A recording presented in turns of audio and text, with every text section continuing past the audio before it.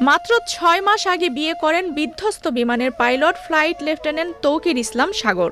২১ জুলাই সোমবার রাজধানীর উত্তরায় মাইলস্টোন স্কুল অ্যান্ড কলেজে বিধ্বস্ত হওয়া বিমান বাহিনীর প্রশিক্ষণ যুদ্ধ বিমানের পাইলট ছিলেন তিনি। এদিকে তার মৃত্যুতে রাজশাহীর উপশহরের ৩ নম্বর সেক্টরের বাসায় চলছে শোকের মাতম। দুপুরে তার বাড়িতে গিয়ে স্বজনদের আহাজারি করতে দেখা যায়।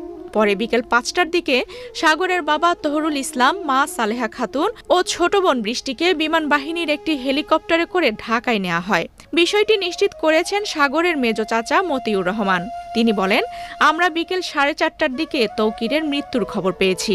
এরপর বিমান বাহিনীর পক্ষ থেকে একটি হেলিকপ্টার পাঠানো হয়।